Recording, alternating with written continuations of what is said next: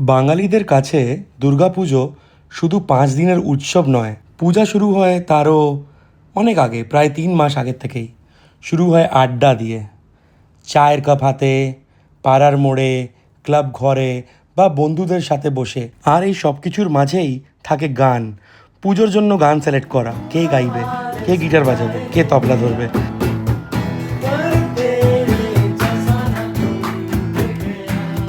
তারপর শুরু হয় রিহার্সাল। একটা গান ঠিক করে তুলতে তুলতে রাত পেরিয়ে যায়।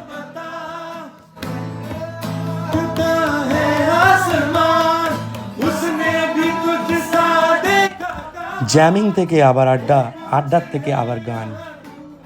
কারণ বাঙালির কাছে পুজো মানে শুধু মা দুর্গাকে বরণ করা নয়,